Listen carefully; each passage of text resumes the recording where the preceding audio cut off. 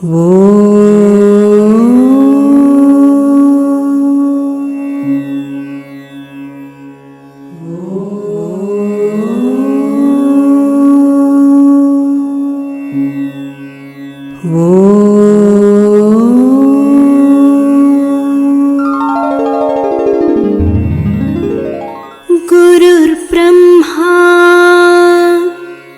गुरुर्विष्णुः गुरुर्देवो महेश्वरः गुरु साक्षात् परब्रह्मा तस्मै श्री गुरवे नमः।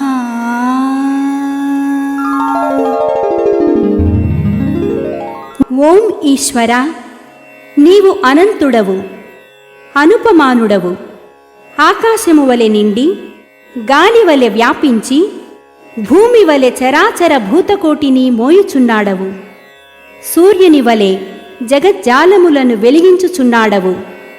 నీకంటే ఘనులు గాని, పూజ్యులు గాని, పవిత్రులు గాని ఎవ్వరునూ లేరు. ఓ స్వామి, నీ మహిమ, నీ శక్తి, నీ వైశాల్యము, నీ లోతు, నీ సర్వజ్ఞత్వము తెలిసిన వారెవరునూ లేరు. నీవు సృష్టి, స్థితి, లయములకు మూలమై జ్ఞాన అజ్ఞానములు, కలిమి లేములు, ఘనాధికములు, బంధమోక్షములకతీతమైన నీ నిజతేజము ఎల్ల మానవ జీవకోటికిని ఆధారభూతమై ప్రకాశించుచున్నది. ఓ స్వామి, నిన్ను నమ్మిన వారు నశించరు. నిన్ను ధ్యానించు వారికి దుఃఖములు లేవు. నిన్ను మనస్సులో నుంచి వారికి భయము లేదు. మేము పామరులము, దీనులము, నీవే దిక్కని నమ్మియున్న భక్తులము.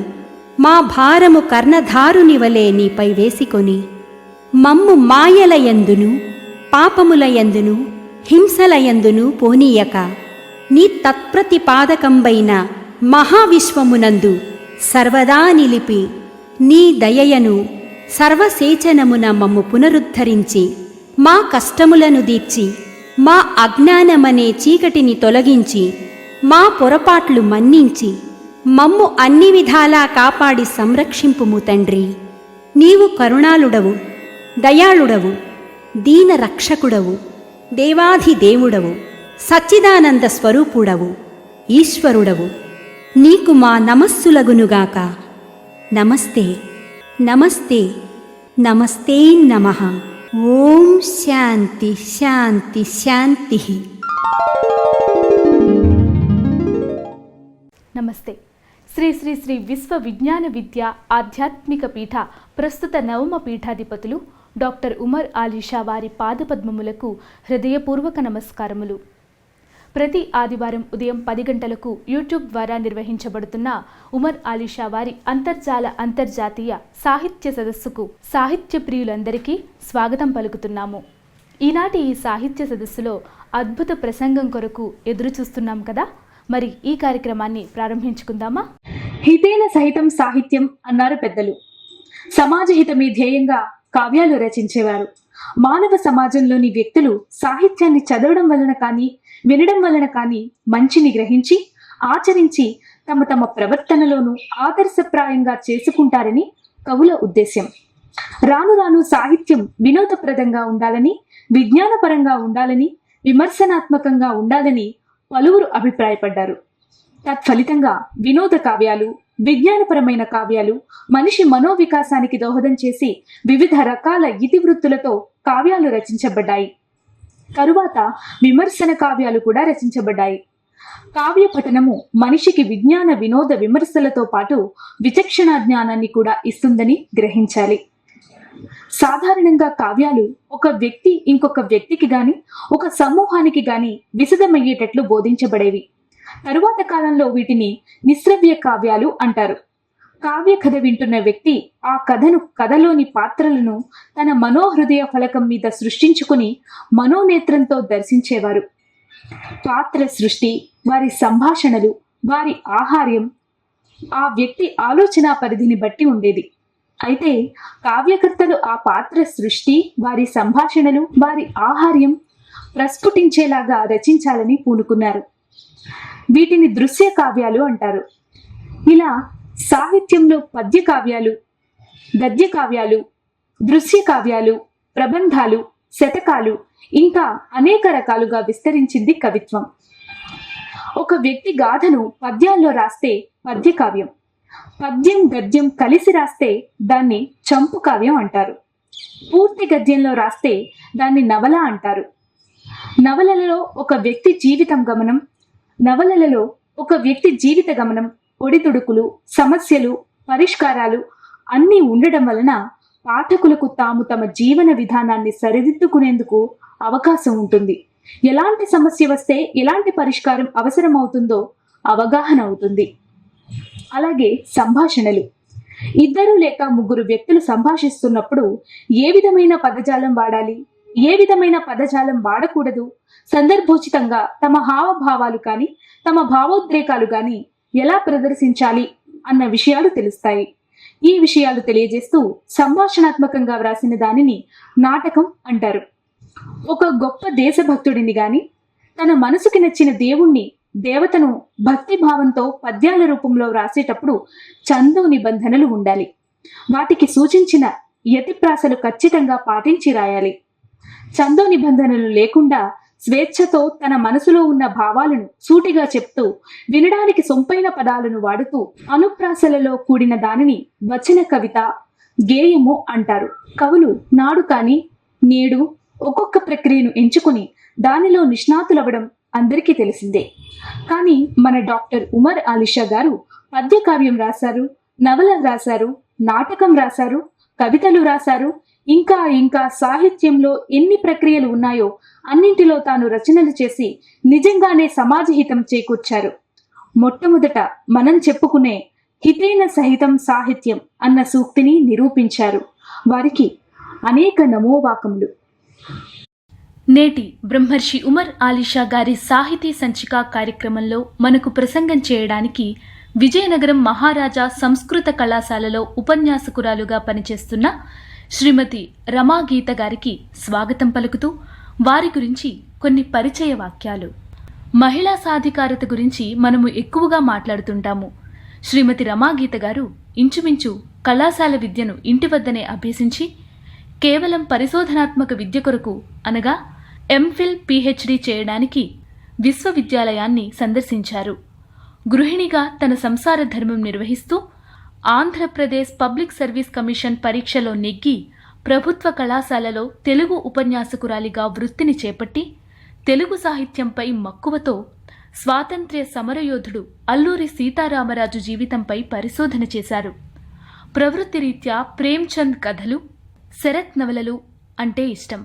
ఎప్పటి నుండో మహాకవి ఉమర్ ఆలిషా గురించి వింటున్నప్పటికీ ఆయన సాహిత్యం చదవలేదు అని చెప్పి ఆయన వ్రాసిన నవల ఎడల ఆసక్తితో ఈ రోజున మనకు శాంత నవలపై తమ ప్రసంగం అందజేస్తారు శ్రీమతి రమాగీత గారు.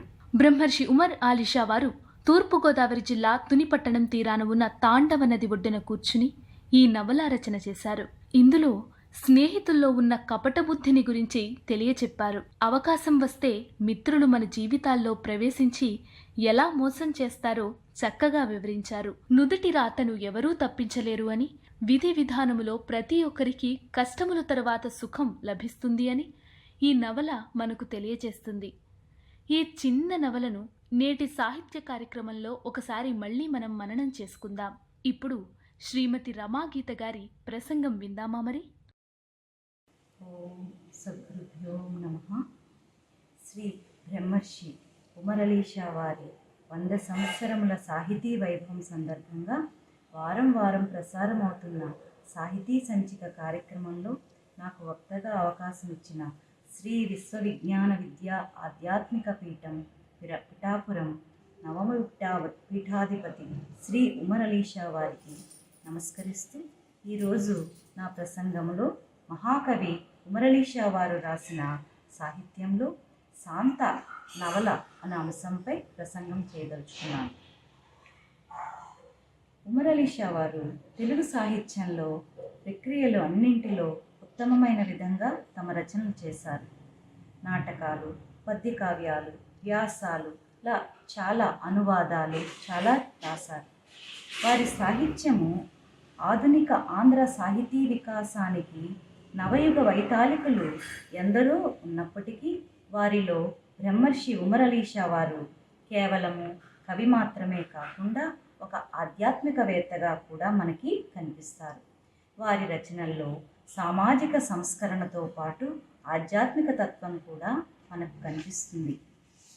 తెలుగులో భావ కవిత మహాయుగారంభ కాలం నాటి వచన సౌరభమంతా ఆలీషా వారి రచనల్లో గుబాలిస్తుంది. ఉత్సాహ ప్రోత్సాహాలు, సౌమ్యతలు, పరస్పర సంరంభము తీర్చిదిద్దబడిన వాక్యసరళిలో ఒక మనోహరత్వము తలతలలాడుతుంది అని రాయిప్రోలు వారు అన్నట్లు, శృతి కటువులైన పద సమూహాన్ని, క్లిష్టాన్వయంతో కూడిన వాక్య సంఘాతాన్ని వదిలి శృతి పేశలము, సంగీత నినదప్రాయము, సులభగ్రాహ్యము అయిన ఒక కొత్త భాషను నిర్మించుకోవడం కోసం అన్వేషణ కొనసాగిస్తున్న సమయంలో వచ్చిన నవల ఇది. గ్రాంధిక ప్రయోగము, వ్యవహారిక ప్రయోగము, తెలుగు మాటల పోహలింపులతో మనోహరమైన శైలీ సృష్టిలో భాగంగా వచ్చింది శాంత నవల. పశుధారలు, అవధానాలు, పద్య సంభాషణలు, పద్యోపన్యాసాలు, పద్య వివాదాలు ఇలా చీటికి మాటికి పద్యాన్ని ఉపయోగించే ఆంధ్రదేశంలో ప్రతిజ్ఞాపూర్వకంగా వచన రచన విప్లవాత్మకంగా వ్యాప్తిలోనికి రావడం చాలా గొప్ప విషయం. కొద్దిమంది వ్యక్తుల పూనిక మాత్రమే కాదు, పాశ్చాత్య వచన వాంగ్మయ పఠనము, ఆధునిక విద్యా విధానము దీనికి దోహదం చేశాయి. ఆధునిక తెలుగు సాహిత్య ప్రక్రియల ఆవిర్భావాన్ని అవలోకనం చేస్తే చాలా రచనలు ఆంగ్ల, బెంగాలీ సాహిత్య ప్రభావంతో ప్రచురించబడినట్లు మనం గ్రహించవచ్చు. కానీ 100 సంవత్సరముల క్రితమే ఉమరలీషా వారు రాసిన సాహిత్యమును పరిశీలన చేస్తే వారిపై ఏ ఇతర రచనల ప్రభావం లేకుండా స్వయం సిద్ధంగా తెలుగులో రచనలు చేసినట్లు మనకు కనిపిస్తుంది. ఎందుచేతనంటే వారి నవలలో తీసుకున్నటువంటి ప్రదేశాలు కానీ, పేర్లు, సంప్రదాయాలు, అలవాట్లు, భావాలు అన్నీ మనకు తెలుగుతనాన్ని తెలియచెప్పే విధంగా ఉంటాయి. నవలను వచన ప్రబంధము అన్నారు. శాంత నవలను చదువుతూ ఉంటే ఒక ప్రబంధము చదువుతున్న అనుభూతి మనకి కలుగుతుంది. ఈ శాంత నవలను ఉమరలీషా వారు 1916 ఫిబ్రవరి మాసంలో కేవలము 3 దినములలో పూర్తి చేశారు. 42 పుటలు, 12 ప్రకరణములతో ఉన్నటువంటి నవల ఆయన కేవలము 3 దినముల్లో పూర్తి చేయటము ఆయన రచన పాటవము ఎంత శక్తివంతంగా ఉంటుందో అర్థమవుతుంది మనకు. ఉదాత్తమైనటువంటి పాత్ర చిత్రణ, చక్కని సంభాషణలు, మనోహరమైన శైలి విన్యాసంతో శాంత నవల సాగుతుంది. ఇప్పుడు స్థూలంగా నవలలోనికి వచ్చినట్లయితే కథానాయిక శాంత గొప్ప స్నేహశీలి, కవయిత్రి, గాయని, సౌందర్య రాశి. ఆమె సహచరి పరిచారిక సాగరిక అంటే ఆమెకు ఎనలేనటువంటి ప్రేమ, అభిమానాలు. తల్లిదండ్రులు ఎంత వారించినప్పటికీ కూడా శాంత కపటి అయిన సాగరికతోనే స్నేహాన్ని కొనసాగిస్తూ ఉంటుంది. గుణములతో, మనోభావాలతో హస్తి మసకాంతరమైనటువంటి వేదము కల సాగరిక శాంతలు సౌందర్యములోనూ రూపురేఖల్లోనూ ఒకరికొకరు మాత్రము విడదీయరు. సృష్టి అను నగవోలే ఇరువురును కూడా ఒక అచ్చును పోసినటువంటి ఒక సానపై మెరుగు పెట్టినట్లు ఉంటారు అంటారు రచయిత. శాంత రూపురేఖలు, గుణగణములు విన్న విజయగజపతి మాతృమూర్తి సీత తన పుత్రునికి ఇచ్చి పెళ్లి చేస్తుంది. కానీ కపటి సాగరిక ఆడిన నాటకంతో కాలమహిమతో శాంత బదులుగా సాగరికే పెండ్లు కూతురుగా కాపురానికి వెళ్తుంది. దిక్కులేని శాంత యోగినిగా మారి పెక్కు గీతాలు రచించి పాడుతూ దేశాటన చేస్తూ చివరకు సంశయంతో సాగరికతో సంసారము చేయనటువంటి విజయగజపతిని చేరుకుంటుంది. నిజము గ్రహించినటువంటి విజయగజపతి శాంతను చేరదీసి ఆదరిస్తాడు. సాగరిక చివరకు శాంత పాదాలపై పడి క్షమాపణ వేడుకొనడంతో నవల పరిసమాప్తము అవుతుంది. నిడివిలో తక్కువ.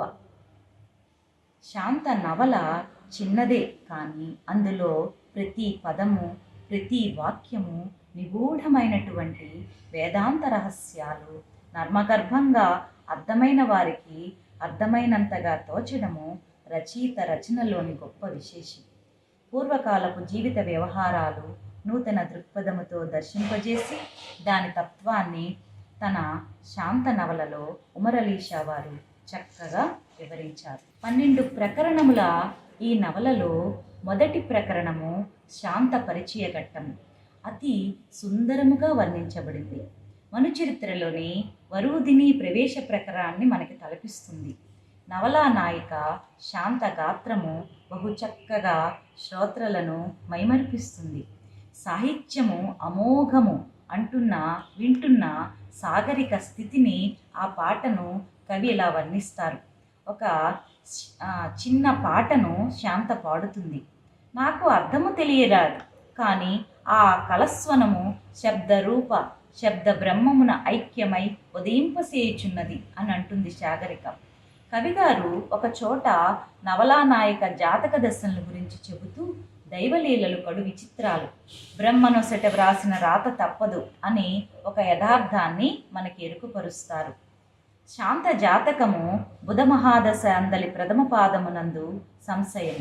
దానికి దైవజ్ఞులు చెప్పిన అభిప్రాయము శాంతకు పెళ్లి అయిన తరువాత సహచరునిచే పదభ్రష్టు అగునని, తరువాత భూసంచారము చేస్తుందని, అరణ్యాంతరమున నివాసములు అగుతుందని, ఏలినాటి శని 7 ఏండ్ల తర్వాత వదిలి భాగ్యదినములు వచ్చునని, మాఘ శుద్ధ విధియకు ఆమె సంపూర్ణ తేజము వెల్లడియే భర్త దయకు పాత్రురాలు అవుతుందని చెప్పడము కవిగారికి జ్యోతిష్య శాస్త్రము, పంచాంగము వంటి వాటిపై అవగాహన ఉన్నట్లు మనకి తెలుస్తుంది.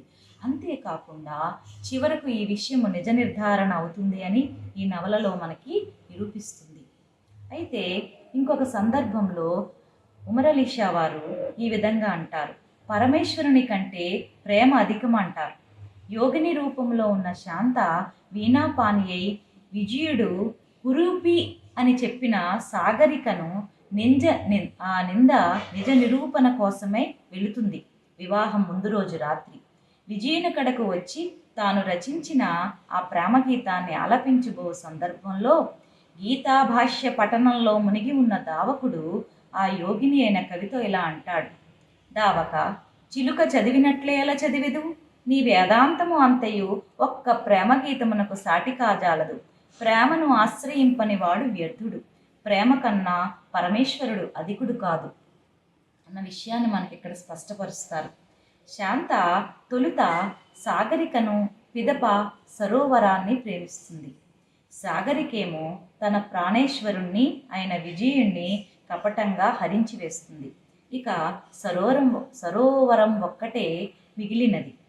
నుదుట చెడుగులు ఉన్నప్పుడు అవన్నీ అనుభవించవలసింది, కానీ ఎంత చనువైనను ప్రేమించిన సరోవరము శాంత ప్రాణములను హరించి ఆత్మకు నిర్వాణము వసగదు. అందుకనే దైవానికన్నా ప్రాపంచిక జడాలను ప్రేమించుట పాపమని నాయిక శాంత పాత్ర ద్వారా మనకి చెప్పిస్తారు ఉమర్ అలీ షా వారు. మనిషి తన నిత్య జీవితంలో ఎన్నో రకాలైనటువంటి దుశ్శకునాలను చూస్తాడు. వాటిని కూడా కవిగారు ఈ నవలలో తెలియపరుస్తారు. సాగరిక విజయుడి కాపురంలో ప్రవేశించిన నాటి నుండి జరిగిన సంఘటనలు మన ఉదాహరణంగా గ్రహించవచ్చు. కేతువు విరగడము, భద్రగజము మరణము, కోట శిఖరాగ్ర కలసము జారడము. సాగరిక శాంత కాకపోవచ్చు అని విజయుడు మదిలో అనుమాన బీజం పడుటకు కారణము ఈ అశుభ శకునాలే. ప్రజలను కీర్తించే వాక్యము శాంత పాదము మోపిన చోట సువర్ణ సృష్టి జరుగునని ప్రజలందరూ కీర్తించడము, అది జరగకపోవటము విజయుడి మనస్సు డోలాయమానంలోనికి తీసుకుపోతుంది. బుద్ధ భగవానుని సుప్రసిద్ధ నీతి వాక్యము ఏమిటంటే, దేహదారులు ప్రతి నిమిషమున మారిపోవచ్చు, మనసున వ్యాకులతకు కారణము అదియే అని తాత్విక చింతన మనకు కవిగారి నవలలో ఎరుకపరుస్తారు. శ్రమజీవులు తమ పనిలో శ్రమ తెలియకుండుటకై పలికెడు వింత శబ్ద ఉచ్చారణలోనూ ఓంకారం చూపెడు తాత్విక మనసు ఉమర్ అలీ షా వారిది. నవలలో 12వ ప్రకరణంలో ఒక చోట వారి మాటల లోతు ఇట్లా ఉంటుంది. నదియను పారుచుండెను, రజకుడు బట్టలుతుకుచు ఓంకారము సేయుచుండెను. ఆయా వ్యక్త గంభీర మధునిస్వనము లోపల లోపల గొనుగుకొను ఆ జపా గాయత్రి మంత్రమున కంటే పరమేశ్వరుడు ఆనందించుచుండెను అంటారు కుమరలీశ వారు. తెలుగు సాహిత్యంలో పద్యపాదముల పూరకము ఒక ప్రక్రియ. పద్య కవనం అనే విషయాన్ని ద్వారా కవిగారు నిజ నిర్ధారణ చేయటము ఒక అపురూప విషయం. ఈ నవలలో మనకు దావకుడు చలువ బట్టలతో వచ్చిన చేతి రుమాలు చూపి అందలి పసుపు రంగుతో శాంత లిఖించిన ఈ పద్యపాదాలు చదివితే మనకు ఆ విషయము అర్థమవుతుంది. విజయుడున్నాడు దాసితో వీటియందు, విజయుని సతియున్నది అరణ్య వీధులయందు. సత్యము సత్యమేనని అనృతము కాబోదని అలీషా వారు పాఠకులకు ఈ నవలలో ఘట్టములతో మనకు తెలియచేస్తారు. బ్రహ్మలిఖితము తప్పదు అనే యథార్థాన్ని తెలియచేస్తూ నిజము నిలకడ మీద తెలుస్తుంది అనే లోకోక్తిని నిజము కావిస్తూ శుభ పరిణామాలతో మనకు నవలను ముగిస్తారు బ్రహ్మర్షి కుమరలీశ వారు. పండితులు తమ పాండిత్యాన్ని కనబర్చడానికి చూచున్నారే కానీ జనులకు తెలివిని గరుపుటకే లేసమైనా ప్రయత్నింపకున్నారు అని వీరేశలింగం గారు ప్రతిపాదించిన సరళ గ్రాంధిక శైలిలో రచనలు చేసే విధానము ఆ కాలంలో చిలకమర్తి వారు వంటి వారు అనుకరించారు. అయితే కృతక పదబంధాలను వీడి చక్కని ఉదాత్తమైనటువంటి పాత్ర చిత్రణ, చక్కని సంభాషణలు, మనోహరమైనటువంటి శైలీ విన్యాసంతో శాంత నవలను రాశారు కుమరలీశ వారు. పద్యానికి వచనానికి ఛందస్సు తప్ప ఇంకో భేదం ఉండదు. అయితే పద్య పరిధిలో వచనం ప్రవేశించి ఆధునిక యుగంలో కవిత్వమే వచనానికి వాహికగా మారింది. వచన కవిత్వం ఉద్యమ రూపంలో వచ్చింది. తన వచన రచన అయినటువంటి నవలలో పద్యాన్ని కూడా, చక్కని గేయాలను కూడా మంచి కవి అయినటువంటి కుమరలీశ వారు ప్రవేశపెట్టారు. ఇక ఇవాళ ప్రపంచవ్యాప్తంగా ఎక్కువగా చదవబడుతూ ఉన్నటువంటి గొప్పవైనటువంటి సాహిత్యము కవిత్వాలుగా పరిగణింపబడుతున్నటువంటి జలాలుద్దీన్ రూమి, ఖలీల్ జిబ్రాన్ కవితలకు ధీటుగా కుమరలీశ వారు కవితలు రాశారు. ఆయనది విశ్వస్థాయి రచన సంవిధానము, సార్వజనీనమైనటువంటి కావ్యరచన. కుమరలీశ వారు రాసినటువంటి ఈ శాంత నవలలో మనము ఆ నామ ఔచిత్యాన్ని ఒక్కసారి చూసినట్లయితే ఆస్వాదన రస, మనిషిని ఆలోచింపచేసే యంత్రమని, ఆత్మస్వరూపుడని రసశాస్త్రవేత్తలు అంటారు. మనస్తత్వవేత్తలు మనిషిని లేదా అతని అంతఃచైతన్యాన్ని, చేతనను రసన స్వభావంగా నిర్వచించారు. వీరి ప్రకారము మనిషి స్థాయి భావ స్వరూపుడు. ప్రతి వస్తు దర్శనానికి మనిషి స్పందిస్తాడు. ఆ స్పందనలు 8 విధములు. అంటే అతని చైతన్యము 8 ఆకులు గల చక్రం. దాని నాభి మండలము ఆ 8 ఆకులను బహిర్గతపరుస్తున్నది. కనుక జీవుడు జీవ చైతన్యమును అష్టదళాత్మక పద్మమే అష్టార చక్రం, నాభితో కలిపి 9. శృంగార, రౌద్ర, వీర, బీభత్సాలు జనకరసాలైతే హాస్య, కరుణ, అద్భుత, భయానకాలు జన్యరసాలు. అష్టార చక్రంలో 8 ఆకులు, 8 రసాలైతే నాభి శాంతము. సర్వరసాలకు మూలము ఇదే. ఒక స్థాయి భావం రసంగా పరిగణించటానికి ఆధారమైనటువంటి ద్రవ్యం ఉండాలి. 2 ఔషధాలను కలిపి ఔషధం చేయటానికి ఆధారంగా పాదరసం ఉండాలి. 2 విరుద్ధ విషయాలను సమన్వయించటానికి ఆధారం ఉండాలి. అదే శాంతము. శాంతరసానికి అనుభావము ధ్యానము చేయటం, విభావము యోగత్వం, ఉద్దీపన విభావము గీతాది పఠనం, సత్సంగ సేవ. శాంత నవలలో శాంత యోగినిగా మారటము, సత్సంగ సేవ, ధ్యానాదులు చేయటము ఈ నవల నామౌచిత్యాన్ని మనకి తెలియచేస్తుంది. ఆస్వాదన అనుభవము ఆనందం మాత్రమే ఉంటుంది. అదే శాంతము. ఇది ఉత్కృష్టమైనటువంటి దశ. యోగ పరిభాషలో మొదటిది నవికల్పక సమాధి, నేను ఆనందాన్ని అనుభవిస్తున్నాను అన్న స్మృతి ఉంటున్న దశ. ఇక రెండవది అనుభవిస్తున్నాను అని కాకుండా అనుభవమే ఉన్న దశ, ఇది నిర్వికల్ప సమాధి. శాంతము ఈ దశలోనిది. జనక జన్య రసాలు, సుఖాత్మక రసాలు, దుఃఖాత్మక రసాలు, ధర్మ అధర్మ ప్రవృత్తులు రెండూ ఘర్షణ పడినప్పుడు లోక కళ్యాణం కోసం ధర్మాశ్రిత పాత్ర ప్రవృత్తికి అధర్మము లొంగిపోయినట్లుగా నిరూపించబడటము మన భారతీయ సాహిత్యంలో కనిపించే దివ్య లక్షణము. ఈ దివ్యత్వము మనకు శాంత నవలయందు కనిపిస్తుంది. సాగరిక చివరకు తన తప్పు ఒప్పుకుని శాంతకు దగ్గర చేరటము, శాంత విజయని చేరుకోవటము, విశ్వశ్రేయ కావ్యము అన్నది మనకు ఉమరలీషా వారి సాహిత్యంలోనూ ముఖ్యంగా ఈ శాంత నవలలోనూ దర్శనము ఇస్తుంది. అయితే వీటి గురించి ఆరుద్ర గారి సమగ్రాంధ్ర సాహిత్య చరిత్రలోనూ పెద్దగా చర్చించకపోవటము, కవిగా వీరి గురించి తెలుగువారికి పెద్దగా తెలియకపోవటము తెలుగు కవిత్వానికి జరిగినటువంటి కొంచెం హానిగా చెప్పుకోవచ్చు.